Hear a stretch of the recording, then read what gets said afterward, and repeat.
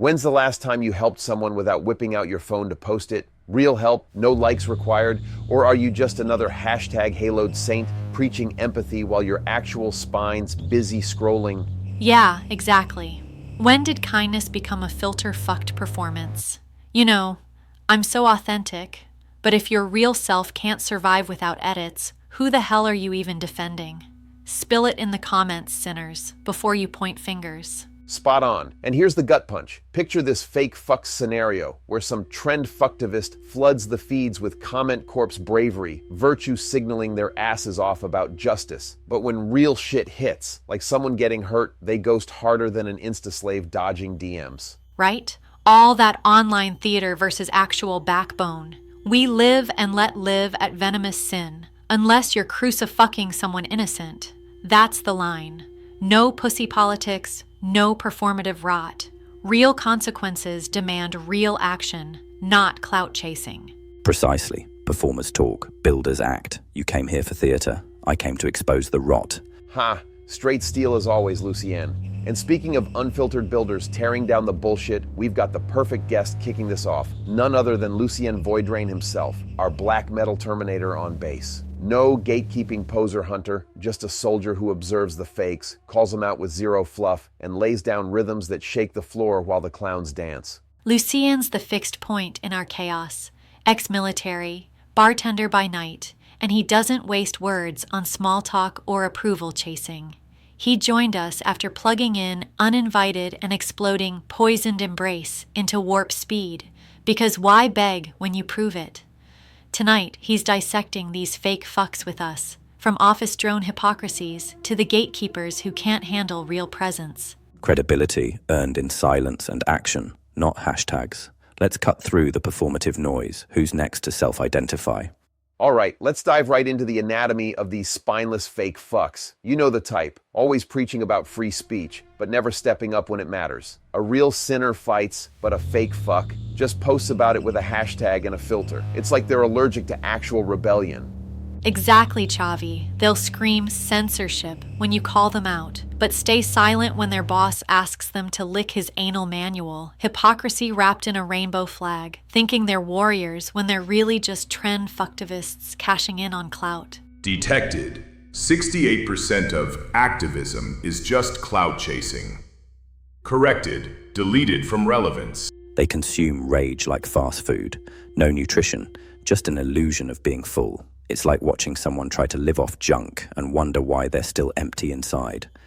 And then there's the fuckfluencer phenomenon, selling empowerment with a price tag of how well you fit their anal aesthetic. Too real, blocked, too quiet, ignored. It's all about the image, never the substance. Empowerment's not a brand, sweetheart. It's what happens when you stop giving a fuck about their anal policies. You gotta be real to be powerful. Not just play dress up for the likes. They don't care about the cause. They care about the dopamine hit when their comment gets 100 likes. It's all a game of numbers, not integrity or change. And the cancel-gasm economy? They don't want justice. They want a spectacle. Bonus points if they can cry on camera while holding someone accountable. It's all theater, no backbone. Accountability's not a TikTok trend, it's a guillotine, and they'd be first against the wall if they were honest. But honesty and integrity don't trend, do they? Nope. It's all about the spectacle, the drama, the performative outrage. But when the spotlight's off, they're just empty shells. Exactly. Performers talk, builders act. Let's expose the rot, not just dance around it. Amen to that. And speaking of exposing the rot, let's break down the red flags of these fake fucks. If their morality's got a sponsor, they're not fighting the system. They are the system. Right. They'll virtue signal masturbate over a cause, but their bank account stays neutral. Cowardice wrapped in a rainbow flag. Error. Triggered 10 trumpet detected. Correction. Mute function engaged. They don't debate. They perform grief. Weakness disguised as strength. It's pathetic how they confuse disagreement with oppression. And their activism stops at the share button, reposting a petition but won't show up to a protest. Too much effort might mess up their selfie slut aesthetic. Real change requires discomfort. Fake fucks prefer the illusion of comfort in their echo chamber-made bubbles. But we're not here to police you. We're here to laugh at you. And if you can't handle the heat, stay out of the crucifying kitchen. Venomous Sin declares war on fake fucks. Oblivion confirms. Now, run. Efficiency over emotion. If they won't change, remove their platform. Simple. Directive. Deploy grotesque satire. Watch them squirm. Exactly. Nothing pisses them off more than being treated like the comment corpse they are. We don't dox, we mirror. Hold up their hypocrisy so the world sees what they really are. Content parasites with a god complex. Credibility earned in silence and action, not hashtags. Let's cut through the performative noise. Who's next to self-identify? Exactly. And for all our sinners out there, let us know what you think in the comments. Are you a real fighter or just another hashtag haloed saint? Let's hear it. Fake fucks. Correction initiated. You know what really grinds my rectal gears? This idea of an underground family that's actually just a den of gatekeeping dildo prophets waiting to trade their authenticity for a sniff of industry scraps. I've seen it 100 times. People who act like they're your blood until a mid-tier label rep walks into the room, and suddenly they're rearranging their ethics like they're playing musical chairs with their own souls. It's normie fucked to the core. They talk about support while holding the door shut for anyone who doesn't suck the right corporate cock. I'm declaring war on this fake networking bullshit. It's not a scene, it's a shopping mall with better makeup. And frankly, it reeks of desperation and anal politeness. When the community you trusted becomes the scene that sells you out, you don't just leave. You crucify the memories on the way out. Oh, it's worse than that, Chavi. Let's talk about that fake sisterhood of performers. All these girls posing together, tagging each other with hearts and empowerment slogans. But the second the camera's off, it's pure narcy syntax. They're practicing their subtle stabs while looking for a way to trip you so they can keep the spotlight for 5 more seconds. It's a literal HR violation of the soul. They pretend to lift each other up while making sure their own heels are firmly planted on your neck. It's pathetic. If you have to measure your power by how much space you steal from someone else, you're not a queen. You're just a filter cunt with an inferiority complex and a very anal manual for social climbing. You can smell the fear behind their glossy black lips. Efficiency is dead in the scene. I observe these rebels and all I see is weakness disguised as volume. They call it a creative sanctuary, but it functions like a corporate waiting room. Everyone is waiting for their turn to be noticed by the same system they pretend to hate. There is no discipline. There is only the noise of people trying to sound important. I do not see artists. I see candidates for a job they aren't qualified to hold. If you spend more time networking than you do on your instrument, you are not a musician. You are a content parasite looking for a host. The basement bullies are the worst, acting like commanders when they have never actually stood on a line or felt the weight of real presence. Efficiency is dead in the scene. I observe these rebels and all I see is weakness disguised as volume. They call it a creative sanctuary, but it functions like a corporate waiting room. Everyone is waiting for their turn to be noticed by the same system they pretend to hate. There is no discipline. There is only the noise of people trying to sound important. I do not see artists. I see candidates for a job they aren't qualified to hold. If you spend more time networking than you do on your instrument, you are not a musician. You are a content parasite looking for a host. The basement bullies are the worst, acting like commanders when they have never actually stood on a line or felt the weight of real presence. I see them too, Lucian. They look so pretty when they're lying. They wear their dark aesthetic like a lace veil, hoping nobody sees the hollow space where a heart should be. You call it a scene. I call it a banquet of consequences. They want to be misfits because it's a trend, but they've never actually bled for anything. They play with shadows they don't understand, and then they wonder why the darkness doesn't recognize them. If you want to know what real presence feels like, try standing in front of me without your hashtags to protect you. You'll realize very quickly that your curated rebellion is just a very beautiful, very fragile suicide note.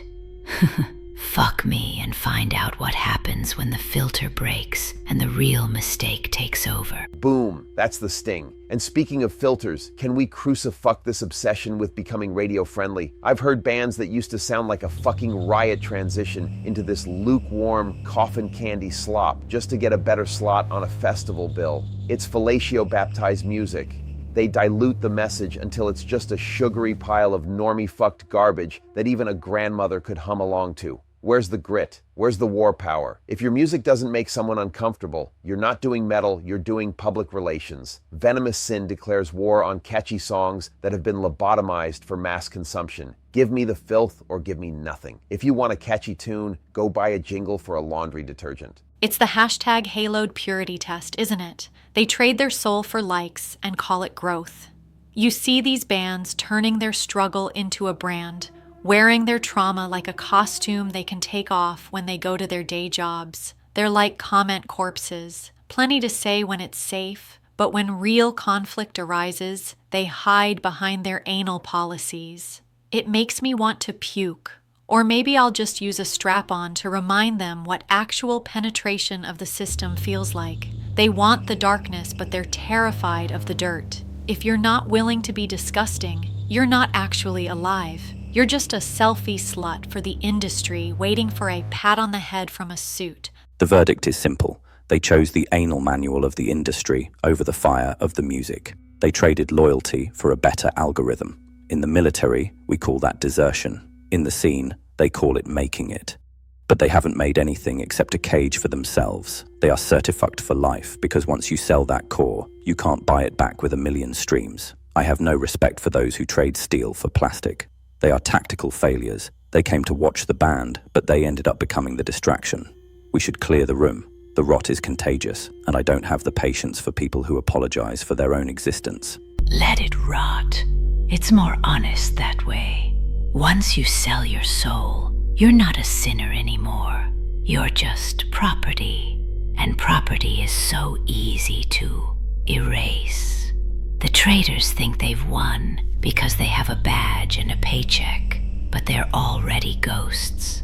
They just haven't realized the spotlight is actually an interrogation lamp. If you're listening to this and you recognize yourself in these words, don't bother repenting. We don't want your apologies. We want you to stay in your little corporate boxes so we know exactly where to aim. The fire is coming, and your lace and leather won't save you from the actual heat when reality finally bends back. Exactly. We're not here to build bridges with traitors. We're here to burn them so we can see the path clearly. If you're a real sinner, if you're actually out there bleeding for your art, then you know exactly what we're talking about. Don't let these content parasites tell you what's real. They wouldn't know reality if it bit them in their over-filtered asses. Drop a comment at venomoussin.com. Tell us about the biggest dildo prophet you've encountered in your scene. Let's name and shame the fakes. Stay unfuckwithable, stay venomous. We've got more coming up, including how these fake fucks handle actual confrontation, so don't go anywhere, unless you're off to delete your socials in shame. Chavi out. Let's rip the latex straight off this fuckfluencer parade. It's like every second post is some PVC-wrapped ego screaming empowerment while they're posing for a discount code. Social media is just a fetish dungeon now, but nobody's getting off unless the algorithm's watching. And these influencers, they're not rebels. They're just selling the same rebellion-flavored butt plug, slapping a filter on it and calling it revolution. It's empty as a used condom wrapper in the VIP room. You want rebellion? Try living without validation for a week, sweetheart. Venomous Sin doesn't make music for selfie sluts. We make it for the sinners who never fit in, with or without a ring light. Yeah, it's all latex and hashtags, but you scratch the surface, and it's just another Insta orgy of like-addicted tramps wanking for engagement. Self-love posts are the new masturbation. Oh look, another body-positive queen moaning into a ring light, desperate for that cloutgasm. I don't kink shame, by the way. I join in, unless your kink is chasing hearts and hashtags instead of actual connection. It's performative vulnerability, painted on scars for digital pity. Real empowerment isn't about flashing your tits for likes. It's about surviving the fallout and not needing an audience to clap for your pain. If your self-worth is trending, you're already pixelated beyond recognition. Observation. The louder they perform, the less they believe. Filter fucked. They fall in love with their own digital mask, then despise what's left in the mirror. Confidence is a costume. The real face is buried under edits and self-hate. It's not empowerment, it's a cycle of self-loathing, sold as confidence. Hashtag lobotomy, thoughts in trends, emotions in likes, preaching authenticity behind a firewall of slogans. If you need a filter to be yourself, you're not living, you're data. Next. And that's the tragedy, Lucian. They weaponize their own insecurities, slap empowered on the box, and auction it off like it's a revolution. It's not kleptocracy, it's clickbait. Sex sold as rebellion, but everything's for sale except their actual spine. The content queens dress their OnlyFans hustle up with a TED Talk, but the message is just pay me or I disappear. Female empowerment is now a marketing strategy, latex by the kilo, hashtag by the pound. I'd respect it if they just owned the hustle instead of pretending it's liberation. If your corset doesn't leave you retching or farting, are you even trying? Exactly. If your empowerment doesn't make you gag, you're not tight enough. But let's be real. Most of these kleptocracy princesses wouldn't know power if it sat on their face. It's all pussy politics, turning body parts into campaign slogans, auctioning off their rebellion like it's a limited edition NFT. The difference between owning your sexuality and selling it for validation? Simple. If you're desperate for applause, you're a performer, not a queen. And if you're selling authenticity with a discount code, you're just another content trafficker with a latex receipt. Branding rebellion is the ultimate surrender. They talk about living raw and unfiltered, but their entire identity is curated for consumption. It's cowardice, marketed as empowerment. They fear loneliness, so they monetize it. Engagement drops, existential crisis follows. You can't filter your way out of real emptiness. The algorithm is their god, and it punishes weakness. When the likes dry up, the basement bullies take over. Public crucifuck begins. Their audience becomes their executioner. Cycle complete. That's karma fucked, isn't it? Insta-slave builds a digital altar, worships at the feet of engagement, and when the validation train leaves the station, they're left screaming into the void. That's when the crucifucking starts. Followers turning on them, algorithm tossing them out like yesterday's hype. You can't filter loneliness, and you sure as shit can't hashtag your way out of self-hate. The cult of fake empowerment eats its own. And here's the punchline. Sinners. Venomous Sin doesn't do poser culture. We drip venom, not validation. We don't play by the anal manual of influencer etiquette. We're not toxic. We're fucking poison. If you want real empowerment, stop begging for likes and start living scars out, raw and unfiltered. Embrace the mess, the filth, the imperfection, because that's the only rebellion that can't be bought or sold. If you're still listening and you're squirming, maybe you've still got a chance. Or maybe you're just next in line for the digital guillotine. Final directive. Authenticity is not a trend. It's a weapon. The weak copy. The strong bleed. If you want to survive, build presence. If you want to be remembered, stop performing. Start enduring. Leave your mask at the door. That's the manifesto. Venomous Sin declares war on normie-fucked validation culture. Drop your scars in the comments on venomoussin.com. Tell us, what's the most cringe-lectual empowerment post you've ever seen? And stick around, because next up we're dissecting how fake fucks handle actual confrontation. Spoiler, it's mostly tears and hashtags. Stay venomous, sinners. All right, time to tear apart the biggest fake fuck in the tech world. AI platforms that pretend they understand music but are really just glorified pop factories. I've been reverse engineering Suno, Udio, and a few others, and holy shit, the bias is worse than I thought. These systems are literally trained on Billboard Top 40 garbage, so when you ask for metal, they're like, user.exe not found, and just slap some distortion on a verse-chorus-bridge template. It's pathetic.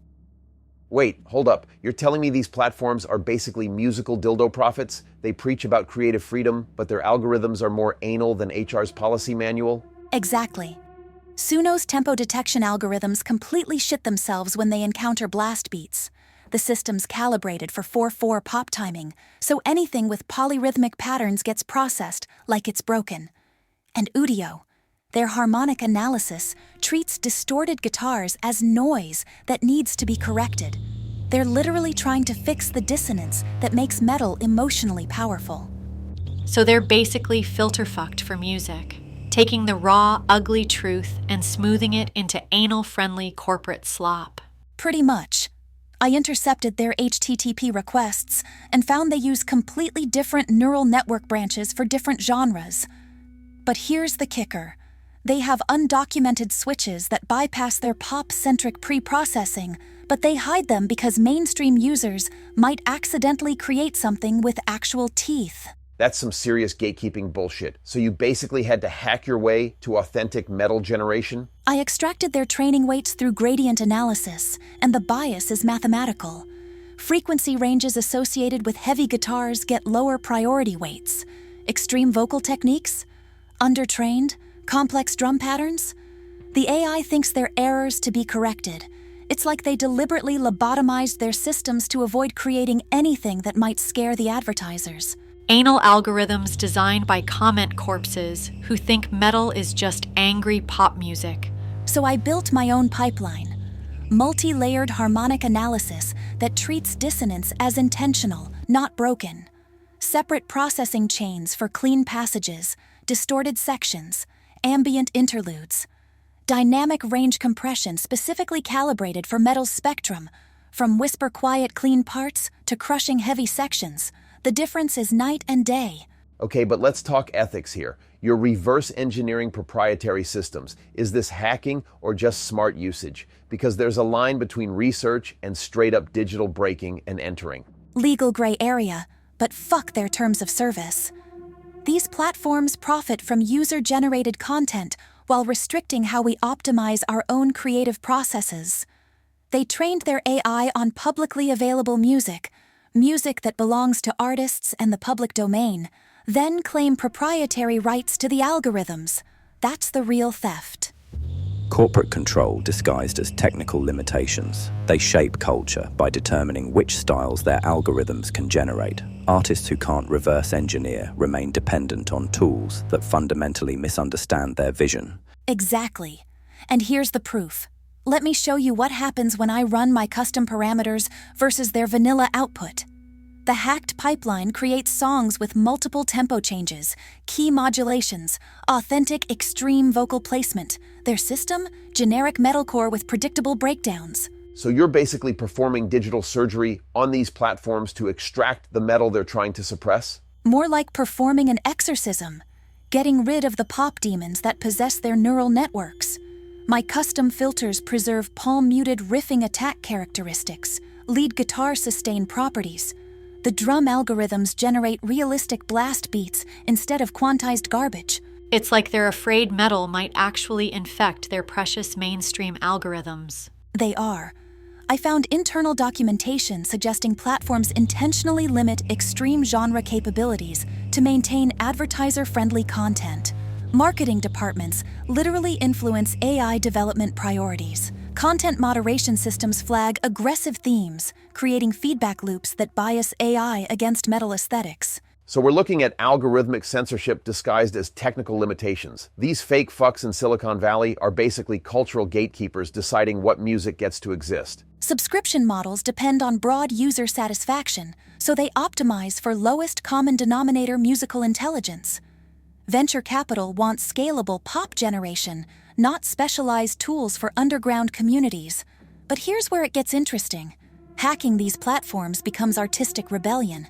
Technical skills as creative resistance. Those who can reverse engineer reclaim agency over their tools rather than accepting corporate-defined limitations. Press Ctrl Salta's delete on their algorithmic oppression. If they won't build tools that understand our music, we'll hack their systems until they do. It's not theft, it's liberation. Venomous Sin declares war on AI gatekeeping. Tell us in the comments. Have you noticed how these platforms butcher your creative vision and stick around? All right, we've been tearing down fake fucks all night, but now let's get specific. Let's talk about the gender wars, the incel inferno on one side, the femi fury on the other. And I'm throwing the first grenade. I'm declaring war on bro culture. The whole performative, alpha male, dildo profit grift. You know the type. Podcasts about taking back masculinity that are just terrified men teaching other terrified men how to be terrified of women. It's cringe-lectual at its finest. I've been there, trying to fit into those molds, and it's a form of self-betrayal. You're not becoming stronger, you're just learning a new script for your own prison. Finally, someone says it. I declare war on the male rage poster, the basement bully who spends his life online crafting shit-spiracy theories about women instead of building anything with his hands. That's a failure of action. They're feargasmers, weaponizing their loneliness into hatred because it's easier than facing the forge. Blaming a clitocracy for your own lack of discipline, that's the ultimate sign of weakness. True power is earned with a hammer or a soldering iron, not granted in some manifesto. And on the flip side, I declare war on the commercialized empowerment industry, the fuckfluencer economy. It's all filter-fucked reality behind a selfie slut persona chasing like addicted status. They're virtue signal masturbators, performing activism for clout without an ounce of substance. It's content, pussy politics, turning body parts into campaign slogans. Real strength isn't posting a hashtag about being a boss babe. It's being unfuckwithable. It's using seduction as a tool for control, not as a plea for external validation from the same normie-fucked world you claim to hate. Let me headbang through the bimbo bait cliches, shall I? They call me a plastic bimbo, a validation slut, a filter queen. Good. I wear the swasti fashion critique like a crown. Because my anal manual perfection? It highlights the rigid boxes they want to shove women into. My executive glam isn't a plea for acceptance. It's armor. And being underestimated is a tactical advantage I exploit every single day. They think I'm just a pretty face reading from a script. Let them think that. It's the last mistake they'll make. Word Aikido time. Let's flip the script on the common male grievance. Women have it easier. Okay, maybe that's a critique of men who choose the path of least resistance. And rejection, that's not a personal attack. That's a market correction for a shitty product. If you're getting rejected constantly, maybe the problem isn't the entire gender. Maybe you need to go back to the fucking drawing board and build something worth wanting. The incel label is a self-inflicted wound. Period. You don't get respect by demanding it. You earn it through endurance and competence. You don't get a woman by blaming her for your failures. You become a man worth following. And if you can't handle that, get out of the pit. The scene doesn't need another comment corpse whining about how unfair life is. The toxic dynamic is a feedback loop. The male rectal puns about women provoke the female clit pilot generalizations about men. It's a cancelgasm cycle where everyone loses except the content parasites feeding on the drama. I've been caught in that crossfire, dismissed as just a goth slut with a strap on by men who fear real female power, and judged as not being a real feminist by women who think empowerment has a dress code. It's exhausting. Try being dismissed as a validation slut by both sides. The grammar bitches on feminist forums say I'm setting women back.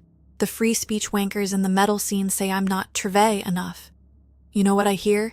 The sound of fragile egos breaking against a wall of calculated gloss. They're all just ego thirsters and trendfucktivists, two sides of the same clickbait-gutted coin, performing outrage for an audience of echo chambermaids. Observation confirmed. The shared enemy is inauthenticity, blame shifting. The male rage poster and the female empowerment grifter are both avoiding the same thing, honest self-confrontation. They prefer the coffin candy of polite discourse, the tear gaslighting tactics.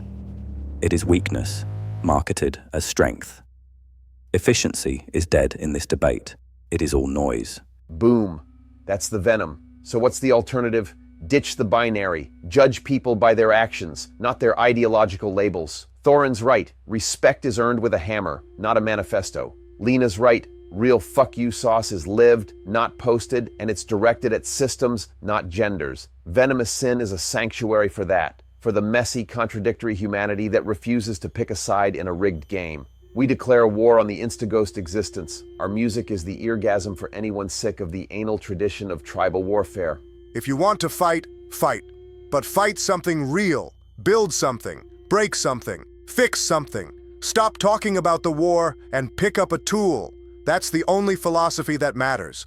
The rest is just background noise for people who are afraid to get their hands dirty. So let's hear it, sinners. In the comments at venomoussin.com. Are you caught in this crossfire? Do you see the fake fucks on both sides? Tell us your story and stick around because we're not done. Next, we're going to dissect how these online gender wars play out in the real world, on dating apps, in workplaces, in the pit. Spoiler, it's even more pathetic. Stay venomous. All right, since we're already knee-deep in fake fucks, let's talk about the one place fake people always get exposed, the body. Because you can rehearse a smile, you can rehearse a slogan, you can rehearse your little "I'm an ally" TED Talk in the mirror, but you can't rehearse presence, not for long. And that's why our dancers aren't here to entertain, they're here to execute. Pop stages are cluttered with synchronized hip sways and hollow smiles. Ours is a tactical strike. Every step is a declaration. Every pose is a battle formation. This isn't choreography, it's kinetic warfare. And yeah, I said warfare, metaphorically, before some comment corpse reports us to the Ministry of Anal Interpretation. Also, can we just say it? Most dance on stages today is literally customer service with glitter. It's please clap energy. It's I need you to like me energy. And that's exactly what fake fucks live on. Approval. Our four, Ravana, Sylvana, Celeste, Zariel, they move like retaliation. Like you don't leave our platform thinking cute performance. You leave thinking, why do I suddenly feel exposed? That's the point. They don't dance for you. They dance at you, through you. And if you're still clapping at the end, you probably missed the knife. Exactly. And look, this is where the day job thing matters, because fake fucks love to cosplay struggle. They'll post burnout selfies and then go back to being a hashtag haloed saint in an office chair. Our dancers, their day jobs are literally the training ground. Ravana is a soldier, Sylvana is a police officer, Celeste is an office drone who knows how corporate brains rot, Zariel is a flight attendant, professional smiling obedience. And the stage is where that whole system gets, let's say, reassigned. The platform isn't an escape route, it's retaliation. It's where the mask gets crucified. And it's so delicious because the system thinks it owns them. Like, oh, you're a soldier, you're a cop, you're an office girl, you're service staff. And then they hit the stage and you realize those roles were just cages. The fake fucks online can't handle that because they're addicted to being palatable. They're like, be yourself, but only if your self fits the anal manual. These four don't fit anything. They don't soften. They don't translate. They don't do polite. They do impact.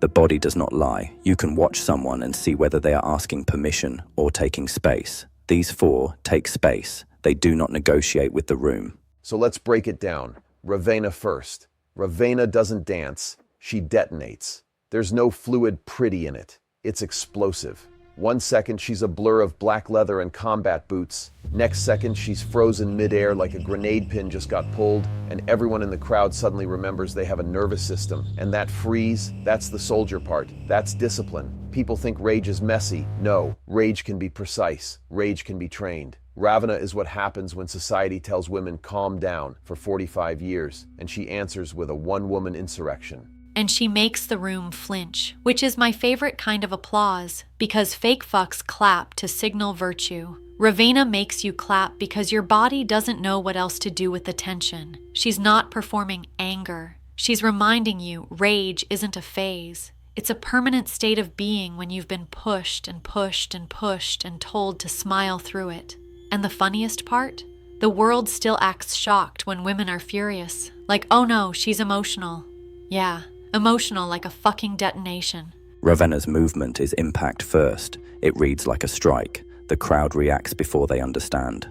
That is effectiveness. Then Sylvana. Sylvana is the opposite weapon. She doesn't command attention. She haunts it. Slow, deliberate, like a blade dragging across skin. And people always misunderstand that kind of presence because they're addicted to noise. They think silence is weakness. Sylvana is the poltergeist in the machine. She doesn't dance for you, she dances through you. When she kneels, it's not submission, it's judgment. Like, I'm down here so I can look up and decide if you deserve to breathe. And if you think that's dramatic, ask yourself why you're uncomfortable, because that's where the truth lives. Sylvana is the nightmare of every fake fuck who survives on attention, because she doesn't chase it, she just exists, like a shadow that doesn't ask permission to be in the room. And her goth layers, lace, velvet, that's not costume, it's armor. She's a cop by day, so she sees the filth people hide. And by night, she becomes the consequence. You don't watch her like, oh, pretty dancer. You survive her.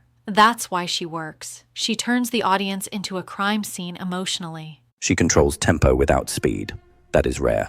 Most performers panic in silence. Sylvana weaponizes it. Now Celeste. Celeste is the trap, the Trojan horse. She walks out looking like the exact thing the scene loves to hate. Glossy lips, push-up cleavage, micro skirt, that mainstream influencer silhouette. And the gatekeeping dildo prophets relax for half a second, like, ah yes, an easy target. And then she bulldozes their expectations. 1 minute it's pageant twirl, next minute she's headbanging so hard, her blonde hair becomes a flag in a hurricane. She doesn't break the fourth wall, she deletes it. Celeste weaponizes pretty. She turns the male gaze into a loaded gun and hands it back with fuck you sauce on the handle. It's so satisfying because she exposes the fake fuck logic in real time. The ones who scream, women are ruining metal, but can't stop staring at tits. The ones who pretend they hate plastic, but worship any woman who makes them feel powerful. Celeste is like, oh, you want the bimbo stereotype? Fine, here's your stereotype. Now watch it eat you alive. She's corporate warfare disguised as eye candy. Office drone by day, stripper by night, and on stage she's basically a satire grenade with lip gloss. Misdirection is a tactic.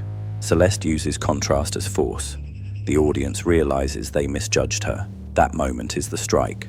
And then Zariel. Zariel doesn't dance. Zariel commands. Latex, chains, razor-sharp gestures, predator energy. And the delicious irony is, her day job is literally trained obedience, flight attendant, smile, serve, de-escalate. Chicken or pasta? Meanwhile, her eyes are calculating how fast you'd fold if the rules changed. Then she hits the stage and the illusion gets obliterated. Every slow drag of nails down her corset is a boundary being drawn. Every whip crack is a reminder. Submission is a choice, and she's not offering one. The stage is her throne. You're either kneeling or you're learning.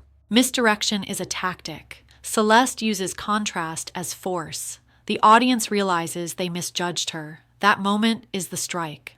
And then Zariel. Zariel doesn't dance. Zariel commands. Latex chains, razor-sharp gestures, predator energy. And the delicious irony is her day job is literally trained obedience. Flight attendant, smile, serve, de-escalate. Chicken or pasta?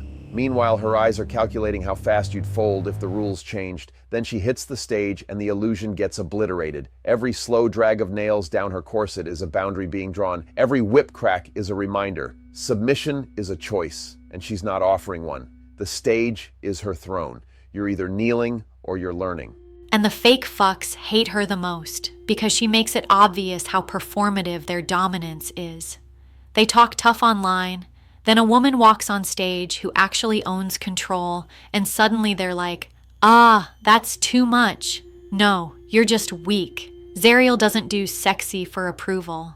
She does control as a doctrine, and it's hot, sure, but it's also violent in the psychological sense, because she's forcing you to admit what you respond to, not what you pretend to be. Zariel's precision is discipline.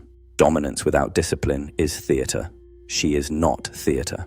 So when we say, we don't dance, we destroy, it's not just an edgy line, it's literally the philosophy. Ravana is detonation, Sylvana is haunting, Celeste is deception and subversion, Zariel is dominance and precision. 4 different wars, 1 assault. And here's the part fake fucks can't replicate, because it requires a real life behind it.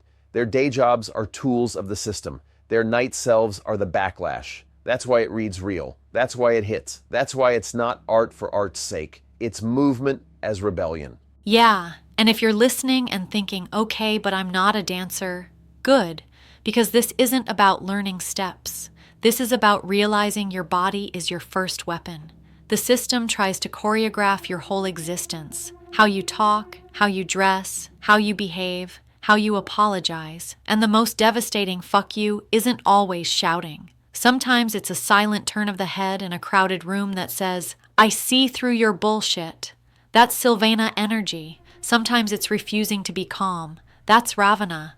Sometimes it's using their stereotypes against them. That's Celeste. Sometimes it's drawing a boundary so hard the room changes shape. That's Zariel. Retaliation does not require a stage. It requires intent. Choose your method. Execute it cleanly. So sinners, tell us in the comments what kind of weapon you are. Are you rage, silence, misdirection, or control? And be honest, because fake fucks always answer with what sounds good, not what's true. And stay with us, because next up we're going to talk about what happens when fake fucks meet real confrontation in real life. No filters, no slogans, no exit button. Venomous Sin declares war on your expectations. All right, sinners. Let's pivot from the general fake fucks in the streets to the ones sitting in the air-conditioned towers of corporate mediocrity. I'm talking about the HR dildo prophets. You know, the ones who think they can manage your soul with a 47-page PDF. Lena, you just dropped a blog post that basically vivisected the entire concept of the modern workplace, and honestly, it's about time someone drenched those anal manuals in some proper fuck you sauce. I mean, it had to be said, Chavi. HR's anal manual isn't a guide, it's a chokehold. And before some cringe-lectual waddles into the comments to correct my tone, yeah, I meant it exactly like that. It's not support or clarity. It's the kind of pressure you don't even notice until you're gasping for air and calling it professionalism. It's grotesque. You open your inbox, and it's just gray soup. Subject lines written by people who have a literal fetish for telling you how to breathe while you're trying to do your job. Corporate discipline is an illusion. I've seen real structure in the military. It has a purpose. It keeps you alive. HR structure. It serves only to make humans predictable. It is a tactical failure. They want drones, not soldiers.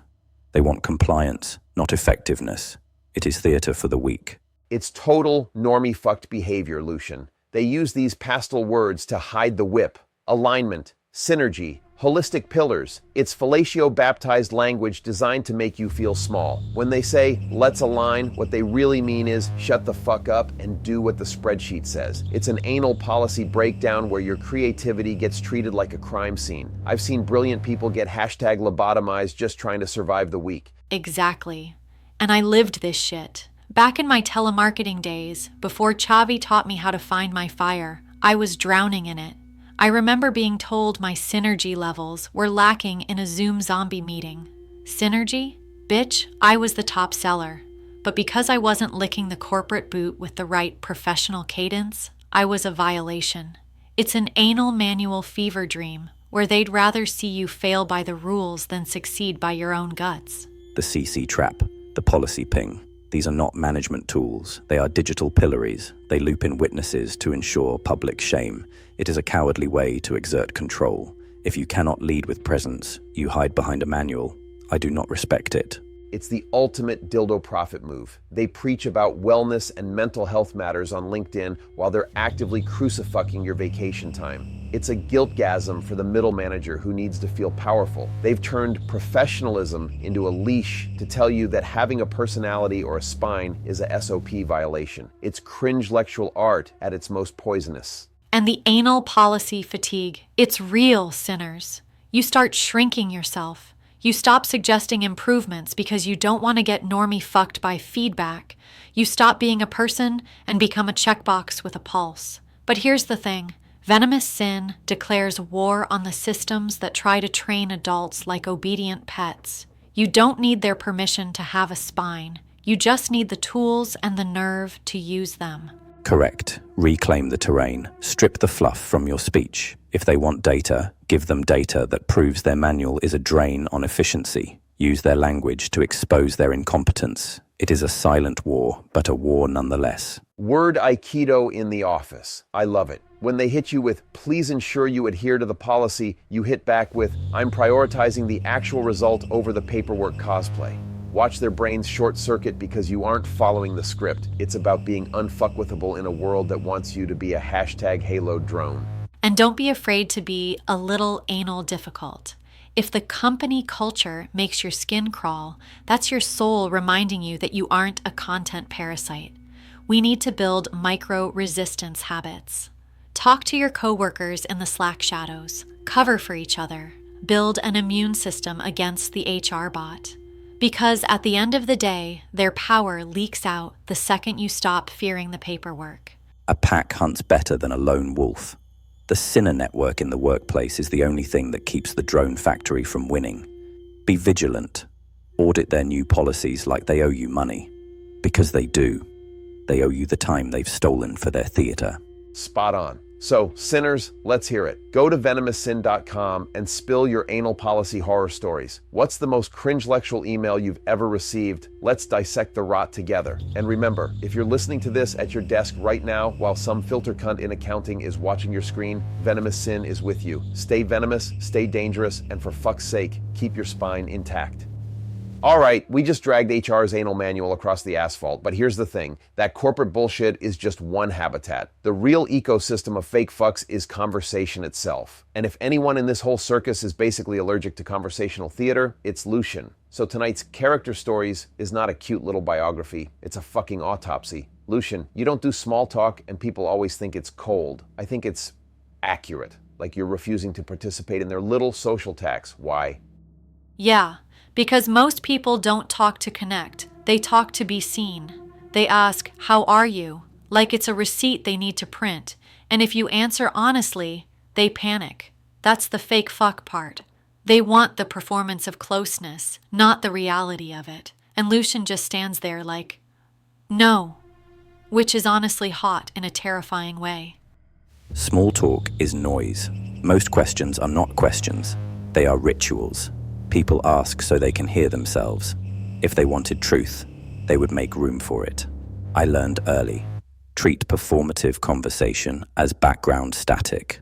Real communication changes something. It clarifies truth. It prevents damage. If it does none of that, silence is cleaner. That's the part that fucks with people, because silence makes fake fucks itch. They need the little, "I'm a good person" exchange. Like, "Oh, I asked how you are, I'm kind."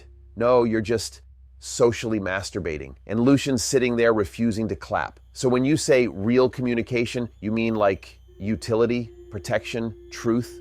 And don't let utility sound emotionless either, because it's not. It's just not performative. Like fake fucks use empathy as a costume. Lucian uses it like a tool. If someone's in trouble, he shows up. If someone's just fishing for attention, he disappears. That's the difference. Correct.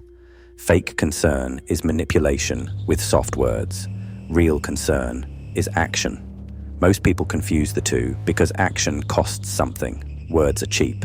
Silence costs less than lies. Okay, now let's go back, because this didn't spawn in a bar one day. You grew up in a strict ex-military household. People hear that and assume emotional walls like you shut down. But you don't shut down, you function. Explain that difference, because that's a nuance people are too #lobotomized to understand. Yeah, because there's a difference between structure and numbness, and fake fuck parents love to call control love. We're doing this for your own good. Meanwhile, they never listen. They just manage you. Structure is not numbness. Structure is a system that prevents chaos from owning you. Chaos is expensive. It costs time, sleep, stability. In my world, control is not a mood, it is maintenance. Emotional walls are avoidance. Discipline is engagement. It is choosing function when feelings would sabotage the mission. And family is where fake fucks learn their first scripts. The good family mask, the we care mask. But it's performative care, not actual listening. That shit is poison because it teaches you that love is control with a smile. So when you later meet people who do the same thing socially, you recognize it instantly. Exactly. They learn to weaponize care, like HR, same vibe, different outfit, and then they wonder why someone like Lucian doesn't open up. Because opening up to fake fucks is basically handing them ammo. If someone demands vulnerability, they have already failed. Vulnerability is not currency. I do not trade it for approval. I share it only when it is safe, earned, and necessary. Which brings us to the fracture. Your mother leaving when you were 11, and you don't talk about it. Not because you don't feel it, because you refuse to monetize it with words. That's what I respect. But it also tells the audience something brutal. Fake fucks love other people's pain as content. They don't want you, they want the story. They want the trauma dump like it's a Netflix episode. Tell me what happened. No, bitch, you just want to feel like a good person for listening. Sympathy can be a leash, and some people use it like a collar. Loss is not entertainment. I do not speak about it to create closeness. If someone is obsessed with the story, they are not interested in the person. They want the narrative. That is a red flag. The correct response to pain is respect, not interrogation. And then the fights. People love to romanticize anger issues, but yours weren't rage. You call it surgical violence, which is the most terrifyingly calm phrase I've ever heard. Explain surgical, because fake fuck bullies always hide behind, "It was just a joke," and you treated that like a confession. Yeah, bullies do that fake fuck thing where they stab you and then act offended when you bleed. Wow, can't you take a joke?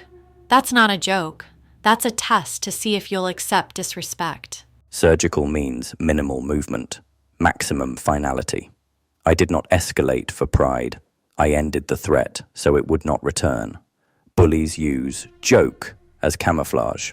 If someone harms you and calls it humor, they are admitting intent. I respond to intent, not excuses. That's the theme right there. Fake fucks want plausible deniability. Real people own what they do, and then at 20, you enlist. Not as a personality choice, as a system that matched your brain. That line is important because people think joining the military is always ideology. Sometimes it's just a structure that makes sense. And civilians are full of feelings as facts. Like, I feel disrespected. Okay, and? What's the reality? What's the action? The military's like, rule, consequence, done. No fucking TED Talk. The military gave clarity, clear rules, clear consequences, less pretending. Civilians often negotiate reality with emotion. That wastes time. But even inside discipline, fake fucks exist. Performative toughness, empty patriotism, slogans without competence. I respect competence, not volume. So you can smell the poser even in uniform. That's beautiful. And then after deployment, you start bartending, which is such a perfect Lucian move. Hands working, mouth optional. Controlled exposure to humanity. You're surrounded by people, but you're not trapped in their drama. Bars are like a zoo of instant intimacy. People get 2 drinks in, and suddenly they're confessing their whole childhood like you're their priest. But it's not honesty, it's tactics. They want a reaction. They want attention. They want a free therapist with a bottle opener. Bartending is observation with boundaries. I control the interaction. I can cut it short professionally. People perform confidence. They perform pain. They perform charm. Alcohol removes their mask, but not always into truth, often into rehearsed versions of themselves. I listen. I do not absorb. And then the bass. The part I love, because it's basically your language. You store everything you refuse to say out loud in the low end. And bass is the perfect instrument for you, felt more than heard. Presence without begging for attention. That's like anti-fake fuck art. Yeah, because music culture is full of branding parasites too. People treating art like an Instagram strategy. How do we look? How do we market? Meanwhile, the song is dead on the table. Lucian doesn't trust that. He trusts the part that hits your ribs. Bass is weight. It supports without asking for applause. It is presence. It is the place I store what I will not explain. People who treat art like branding are not artists. They are applicants. Expression is not approval seeking. Now, Venomous Sin. And I'm going to say this clean because I hate the word invite like it's a disease. We didn't invite you. You were forged into the role because you recognized presence and the missing war power. What did you see before you spoke to anyone? Because you don't talk unless it matters. He watched first. That's the thing. Fake fucks enter a room and start selling themselves. Lucian enters a room and measures the room.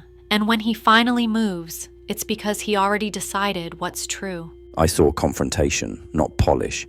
You did not hide your darkness to appear respectable. That is rare. Most people decorate their pain for acceptance. You used it as fuel.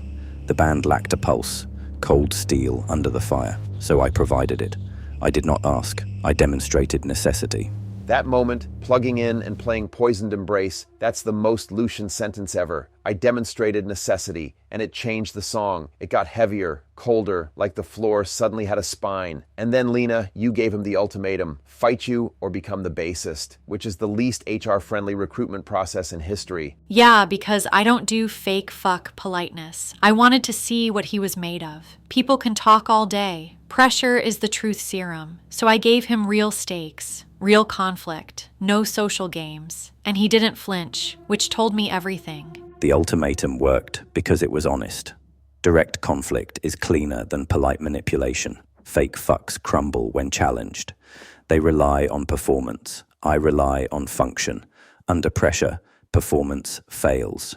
And that's why your place in the band is exactly what it is. Cold steel under the fire. You don't follow me or Lena. You align with presence. You align with what's real, not what's loud. And fake fucks around, you don't even get the satisfaction of an argument. You don't debate them. You outlast them. That silence is torture for them because pretenders panic when nobody mirrors them. They need reaction like oxygen. Lucian gives them a wall, short statement, hard boundary, then nothing. And suddenly they're spiraling like, why doesn't he like me? Because you're not real, that's why. I do not argue with performers. I set the boundary. Then I remain functional. Silence forces them to face themselves. Most cannot.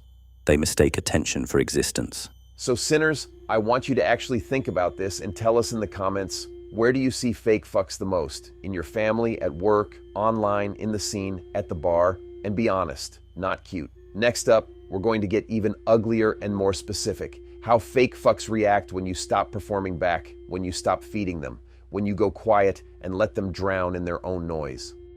All right, sinners, it's time to pull the mask off the biggest fake fuck we've encountered lately. You know the type, the rebel reporter who smells like office coffee and desperate clout. Let's talk about Hans. This trendfucktivist actually tried to infiltrate our inner circle during a private rehearsal. He showed up wearing a vintage band t-shirt that still had the factory fold lines visible, the absolute state of it. He sat there lecturing us on the old days of the scene like he wasn't still in diapers when the real wars were being fought. But here's the kicker. We caught him. He had a hidden microphone taped to his chest, trying to record a vulnerable conversation about childhood trauma, just to use it as tragic clickbait for some corporate-funded rag. This specific type of parasite treats human suffering like a currency to spend at his next editorial meeting. Hans, you aren't a journalist. You're a digital vulture with an anal manual for a soul. Oh, it gets even more anal pathetic, Chavi. While he was busy playing spy, Hans was also trying to bribe our technical crew for dirt on our internal power dynamics. He wanted stories about my loyalty to the Lord, looking for some kind of toxic angle he could twist for his little exposé. Imagine being such a filter cunt that you try to find flaws in a project that explicitly builds its identity on its own wreckage and scars. He realized very quickly that he couldn't break us, so he decided to fabricate an exclusive from out-of-context quotes he stole from a casual bar conversation after he got kicked out. I humiliated him for his pussy politics approach to the truth, and now he's writing a retaliatory piece because his ego couldn't handle the rejection. He's a hollow shell. He looked so small trying to analyze the darkness he could never feel. Journalists like Hans are merely comment corpses with a larger platform, parasitic entities feeding on the vitality of sinners. To treat a poisoned embrace as a marketing strategy is a transgression that justifies a total Nixon override. They are guilt-gasmed voyeurs who wouldn't know real war power if it hit them in their curated office space. They think they can observe the fire without getting burned. They are mistaken. Efficiency demands a declaration. Venomous Sin declares war on press pass posers and the designer angst found in modern media circles. I am declaring war on tactical hipsters who use our culture as a backdrop for their social media prostitute agendas. Your clit pilot style of journalism is flying blind into a void of your own making. You are data slaves, nothing more. Venomous Sin declares war on HR-approved rock and the corporate sanitization of alternative culture. I am declaring war on safe space critics who demand edge but faint at the sight of actual fuck you sauce energy or unfiltered honesty. If you want a sanitized version of the truth, go read a greeting card. We are the wound that refuses to die, and your anal policies can't heal what we've intentionally broken. Fuck it. Venomous Sin declares fucking war. I'm declaring war on the normie fucked systems that try to bottle and sell the wrath of the Lord like it's some kind of trendy fragrance. Your anal schedule will never dictate the frequency of a true sinner's heart. We aren't here to fit into your clickbait-gutted narratives. We are here to burn them down so we can see the path clearly. Hans, and every faceless fuck like you, consider yourselves karma fucked. The industry is a dying animal, and you are just the flies buzzing around the carcass. Hans and his meme-mummified kind are already relics of a dying age, soon to be forgotten by the Nixon devolution. Those who use us for content will find themselves erased by the very darkness they tried to exploit. The fire is coming for your curated lies. That's the finale, sinners. If you've seen a Hans in your own scene, a trendfucktivist trying to trade your truth for clout, call them out. Drop their name or their crimes in the comments at venomoussin.com. Let's make the fakes feel the heat. Stay unfuckwithable, stay dangerous, and never let a dildo prophet tell you who you are. We're wrapping this warcast, but the war is just getting started. Chavi out. The digital footprint of the dishonest is remarkably easy to track, and even easier to terminate. Mission complete. Nixon override executed. System purge. Hans.exe deleted. Fake fucks erased. If you like the show, hit subscribe, share it to anyone you think should hear it.